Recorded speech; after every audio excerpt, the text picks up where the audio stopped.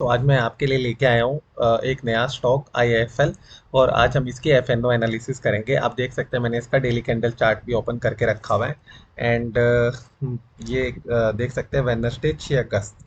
Okay, तो Wednesday 6 अगस्त को जो है ये इंक्रीज हुआ है एक कितने अमाउंट से आप देख सकते हैं। जो इसका यहाँ पे ले आते हैं तो जो ओपन था वो 438 रुपये था। हाई इसका 456 गया और 452 पे क्लोज हुआ है। तो एक अच्छा खासा जंप जो है इसने दिखाया है 6 अगस्त को। एंड थोड़ा सा हम देख लेते हैं कि कितना इसने जंप दिखाया, कितने परसेंट हाई पे ये क्लोज हुआ है। तो ये मैंने NSE की वेबसाइट यहाँ पे ओपन करके रखी है, आप देख सकते हैं IIFL है सबसे ज़्यादा जो इंक्रीज हुआ है 3.5% के आसपास। तो आज इसने एक अच्छा खासा पॉजिटिव चेंज इसने जो है शो किया है। एंड इसके अकॉर्डिंग क्या था कि जिसने आज जो है कॉल में ट्रेड किया होगा उसने एक अच्छा खासा प्रॉफिट यहाँ पे बनाया होगा। बट हमें कल क्या करना चाहिए, क्या हमें कल भी कॉल में ही ट्रेड करना चाहिए या फिर हमें पुट में ट्रेड करना चाहिए? तो उसके लिए हम चलेंगे अपने एडवांस स्टॉक एनालिसिस सॉफ्टवेयर के पास। AI powered advance stock analysis software. Okay, so मैंने जो है इसमें एनालिसिस जो है पहले से ही करके आप लोगों के लिए रखा हुआ है, सो दैट जो ये वीडियो की लेंथ है वो थोड़ी सी छोटी हो जाए। जैसे मैं यहाँ पे IIFL लिखता हूँ तो मेरे पास एक मैजिक स्टॉक आ जाता है IIFL फाइनेंस लिमिटेड।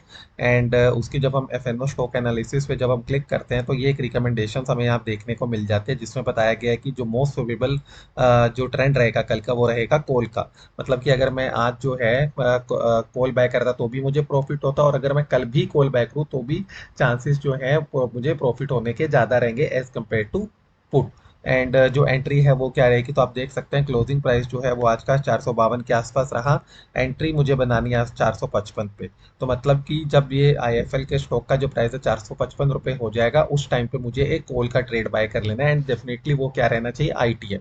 उसके बाद जो है अब हमारे पास दो पॉइंट आते हैं। अगर सपोज मैंने एंट्री बना लिया 455 रुपये पे, मतलब कि जब स्टॉक का प्राइस 455 हो जाता है उस टाइम पर मैंने कॉल का ITM बाय कर लिया है, तो अब मुझे उसे सेल कब करना है? तो उसमें भी दो ऑप्शंस होते हैं हमेशा, क्योंकि हम यहाँ पे प्रोबेबिलिटी के टर्म्स में हम बात करते हैं तो दोनों की पॉसिबिलिटी होती है कि जो है मार्केट हमारे फेवर में चला जाए और मार्केट जो है हमारे अगेंस्ट भी जा सकता है। बट जो क्योंकि रिकमेंडेशन कॉल बाय करने के तो ज़्यादा चांसेस होते हैं कि वो हमारे फेवर में ही रहे।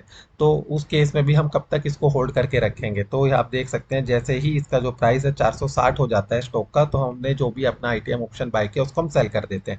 सिमिलरली अगर ये हमारे फेवर में न जाके अगेंस्ट आता है तो हमें कितना लॉस इसमें हम ले सकते हैं? ऐसा तो है नहीं कि हम हीरो जीरो कर दें कि भाई हमने अगर ITM ऑप्शन बाय कर लिया 20,000 रुपये का तो 20,000 का वो जीरो हो जाए। ऐसा हम नहीं करेंगे। कुछ एक फिक्स अमाउंट ऑफ लॉस जो है वो हम लेके निकलने की कोशिश करते हैं कि भाई यहाँ इतना अगर लॉस हमारा हो जाए तो हम जो है एग्जिट कर जाएंगे, हम इस ट्रेड में कंटिन्यू नहीं करेंगे। एंड उसके लिए जो स्टॉप लॉस जो रिकमेंड किया गया वो है 450 का। मतलब कि अगर मैं 455 रुपये पे एंट्री बनाता हूँ, मतलब कि जब अगर मेरा IIFL का जो स्टॉक है वो मेरा 455 का होता है, उस टाइम पे मैं कोई ITM ऑप्शन बाय करता हूँ कॉल की, तो मुझे उसे कब तक होल्ड करके रखना है? 460 तक या फिर 450 तक। तो दोनों केस में प्लस माइनस 5 पॉइंट का जो है मुझे इसमें डिफरेंस दिया गया है। +5 की तरफ जाता है तो 460 हो जाएगा, टारगेट हिट हो जाएगा, हम अपना ITM ऑप्शन जो है कॉल का उसे सेल कर देंगे। सिमिलरली अगर वो फेवर में न जाके रिवर्स डायरेक्शन में मूव करता है, 455 से 450 का जो है हमारा स्टॉक हो जाता है, तो हम क्या करेंगे, हमारा जो ये ITM कॉल ऑप्शन है उसको हम सेल कर देंगे। तो जनरली जो है 1% का जब मूवमेंट होता है तो ITM ऑप्शन जो होते हैं वो 10 से 15% मूव करते हैं। तो इन शॉर्ट मैं कह सकता हूँ कि 10 से 15% का जो प्रॉफिट और जो स्टॉप लॉस है या टारगेट और स्टॉप लॉस कह सकते हैं, वो इसने रिकमेंड किया हुआ है। अब हम आ जाते हैं इसकी एनालिसिस के बारे में कि इसने किस बेसिस पे एनालिसिस किया है। तो आप देख सकते हैं इसने बोला है कि एक सपोर्ट यहाँ 450 के आसपास इसको देखने को मिलता है। तो 450 पे क्योंकि सपोर्ट है और वो ब्रेक होता है, तो डेफिनेटली या वो 450 पे हिट भी कर देता है तो हम जो है वहाँ पे इसको सेल कर देंगे। RSI जो है वो बुलिश जोन में है, MACD भी एक बुलिश क्रॉस ओवर जो है इंडिकेट कर रहा है। तो इन दोनों के बेसिस पे इसने बोला है कि कल जो है कॉल की ट्रेंड रहने की चांसेस सबसे ज़्यादा है।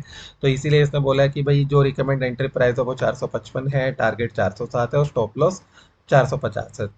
तो यहीं पे जो एनालिसिस है कंप्लीट होता है। आप देख सकते हैं कि मैंने जो एनालिसिस है अपने AI powered stock advance stock analysis के थ्रू किया है, जिसमें मुझे 5 मिनट से ज़्यादा का टाइम नहीं लगा। ऑन दी अदर हैंड अगर यही काम मैं मैन्युअली करता तो इस काम को करने में जहाँ मुझे 5 मिनट लगे हो सकता है मुझे 5 घंटे लगते। तो इस this software has saved a lot of time to for me, and इसीलिए मैं आप लोगों के साथ जो है यूट्यूब पे ये सब डिस्कस कर पा रहा हूँ। अगर मेरे 5 घंटे लगते तो डेफिनेटली हो सकता है मैं इसका वीडियो नहीं बनाता। तो अभी क्या करना है, अगर आपको ये वीडियो अच्छा लगा है तो आप इसे लाइक कर सकते हैं, अपने फ्रेंड्स एंड फैमिली के साथ इसे शेयर कर सकते हैं।